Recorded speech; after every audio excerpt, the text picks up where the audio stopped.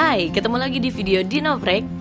Dan sebelum Dina kasih tips buat video yang sekarang, Dina punya cerita sedikit dulu. Atau mau cerita sedikit dulu, boleh lah ya? Boleh dong. Jadi Dina belum lama ini ngangkat Civic sekitar tahun 86. Nah, buat teman-teman pasti tahu lah ya, masalahnya mobil tua tuh apa yang paling sering ditemuin. Pertama dan paling banyak banget, yaps, overheat. Ya, overheat, bukan overthinking. Oke, jadi overheat ini pernah Dinda alamin.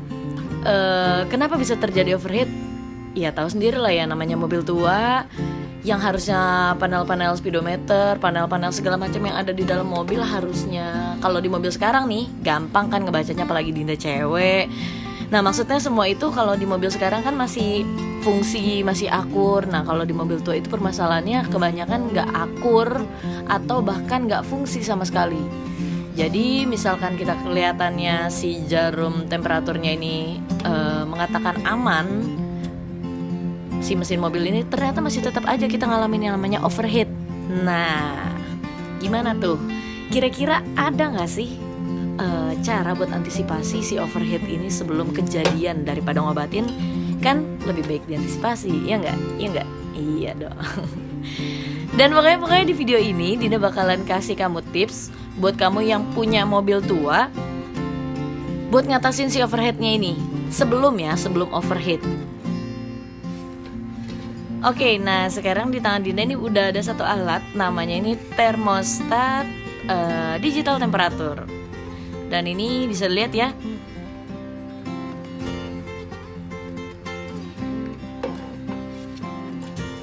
ini tuh ada sensornya, ini kayak mirip sensor AC rumah sih. Kecil-kecil tapi nakal. Waduh, nakal. Dan pastinya di sini juga udah ada indikator-indikatornya buat yang di atas ini. Nanti ini akan fluktuatif. Kalau yang di bawahnya ini indikator buat yang kita saving nanti. Kira-kira ada di suhu berapa, apa ya, derajat atau apa ya. Pokoknya ada angka yang kita tetapkan di sini buat standarisasi aman mesin mobil kita. Nah, ini nanti yang di atas ini akan berubah naik atau turun sesuai dengan suhu mobil yang lagi kita pakai gitu. Oke, sekarang kita pindah ke bagian belakang. Nah, di belakang ini bisa lihat ya teman-teman, di sini ada kayak tanda-tanda. Ini yang pertama, kita bakal pasang sambungin ke ACC kontak. Terus sebelahnya ini ada gambar minus, kita bakal pasang ke masa bodi. Dan S1 S2 ini nanti kita bakal pasang atau kita sambungin dengan si kipas mesin. So, langsung aja, yuk. Dan di sini skemanya Dinda gambarin tipis-tipis lah ya, biar nggak terlalu bingung dan mudah-mudahan bisa jadi gambaran lah. Kayak yang tadi kita udah jelasin,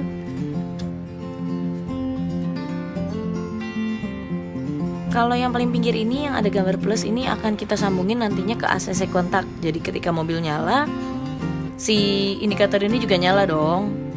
Nah, ini nanti kita sambungin ke ACC kontak. Sedangkan untuk yang di sebelahnya ini nanti kita bakal sambungin langsung ke masa bodi yang berbahan metal segala macam. Nah, ini. Sedangkan S1 S2 ini akan jadi switch mati atau nyalanya kipas, nanti kita alihkan ke sini dulu.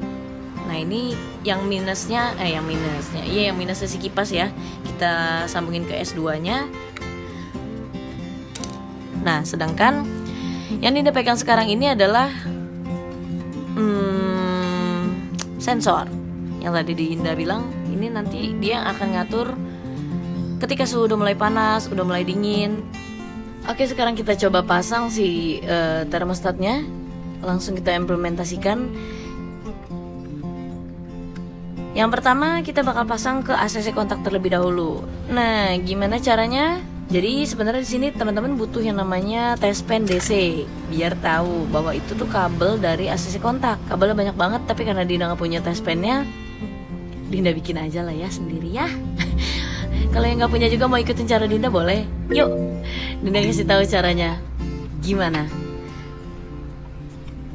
Nah, sekarang teman-teman tinggal ambil aja satu bohlam 12 volt yang ada di mobil.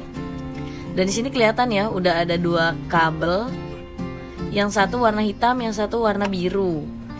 Nah, yang hitam ini, nah bisa dilihat nanti bakal kita tempel ke masa body. Oke. Sedangkan yang biru ini nanti bakalan kita pakai untuk ngeraba-raba. Waduh, ngeraba-raba kabel maksudnya.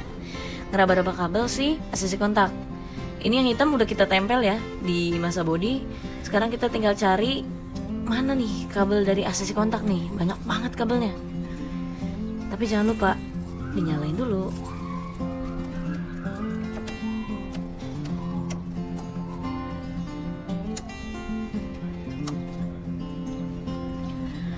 Oke, nah ini posisinya udah ACC ya, on aja, nggak sampai di starter. Kita langsung cari aja yang mana kabelnya kira-kira yang nyambung. Kalau nyambung nih si bohlam nyala nih. Nah, ketemu. Oke, udah ketemu ya. Kabel dari ACC kontaknya ini kita udah dapat. Kita tes lagi. Nah, nih dia nih. Oke, udah ditandain ya, warna kuning. Nah, ini nyala nih. Kalau di test-pen ya, test-pennya pasti berfungsi dong. Gitu teman-teman.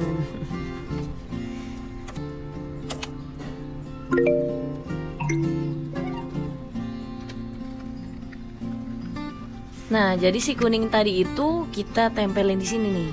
Nah, kita pasang di sini. Kan tadi udah dapet tuh untuk kabel ACC kontaknya, nanti kita sambungin ke sini. Oke. Sekarang kita lanjut ke sebelahnya. Langsung dipasang ke masa bodi aja yang paling deket dari si termostat ini. Gitu biar nggak riweh lah ya. Kalau udah dipasang ditempel di bodi, sekarang kita coba pikirin gimana cara pasang si S1 S2 ini. Agak ribet sih sebenarnya. Tapi nggak apa-apa, kita coba ya.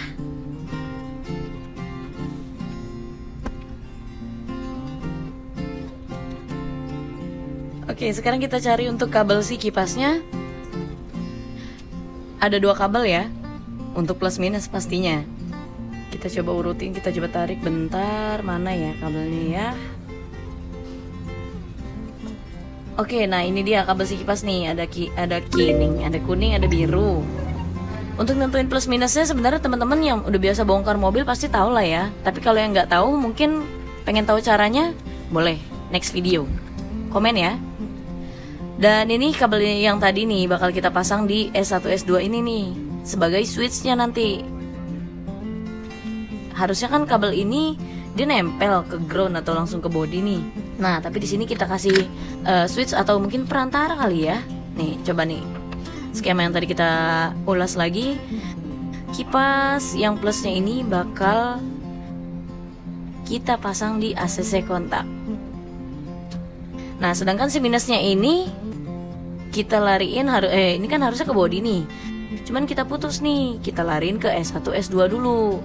Jadi nanti S1 S2 ini akan kontrol dari kinerja si kipas itu. Gitu.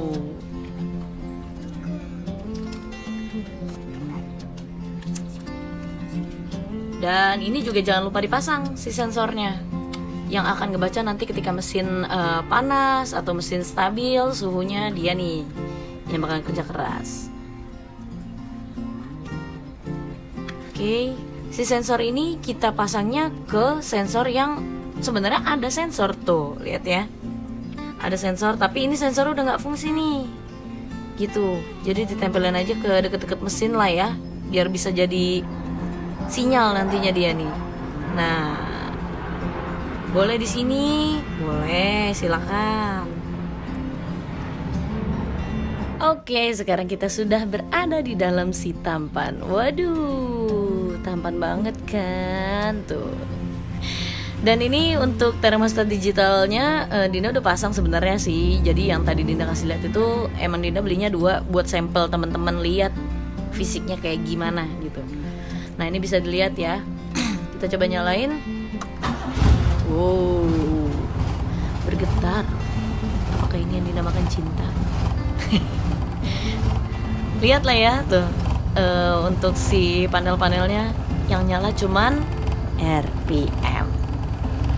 Jadi untuk kayak apa sih ini namanya tadi, suhu. Ini tuh bener-bener kayak yang ya udahlah ya, pasrah banget antara hidup segan mati tak mau.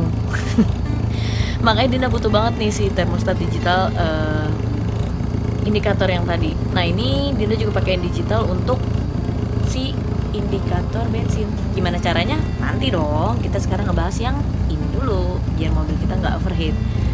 Dan di sini untuk di termostatnya Dinda udah setting di angka sekitar 75 derajat.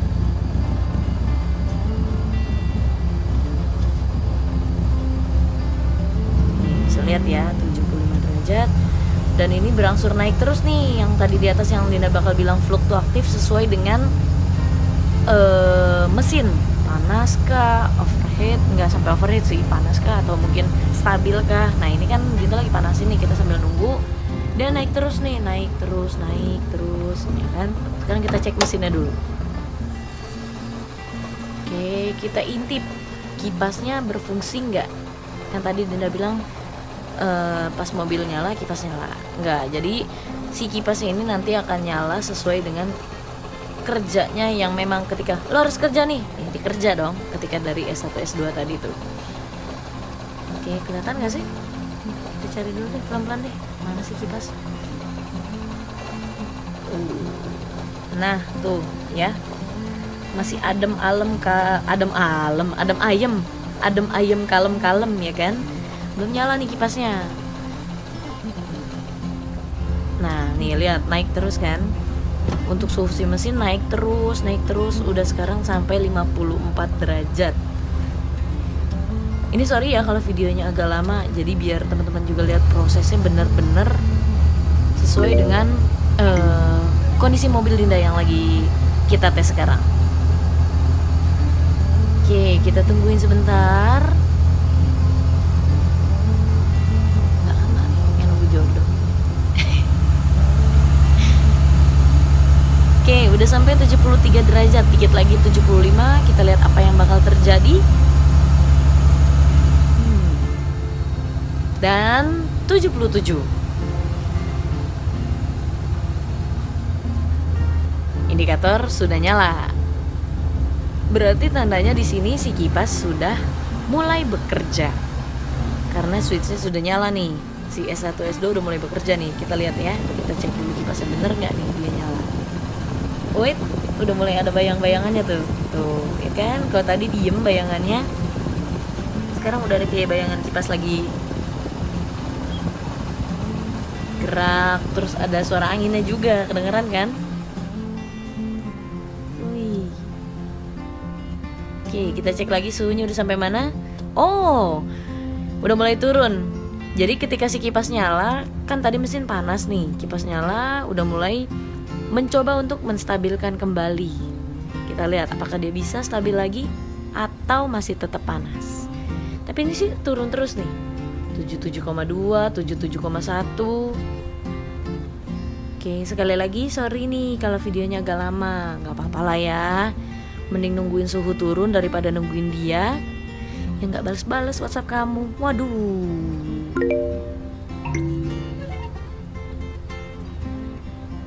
Oke, ini udah 76,4, turun terus ya. Tadi 77, sekarang udah 76. Untuk si suhu si tampan, enak gak sih si tampan? Boleh dong kasih masukan. Civic Dinda dikasih nama siapa? Nanti Dinda kasih lihat visualnya, setampan apa dia. Oke, sudah sampai di 75,6. Berangsur turun, suhunya makin turun. Apa yang terjadi kalau sudah mendekati 75,0?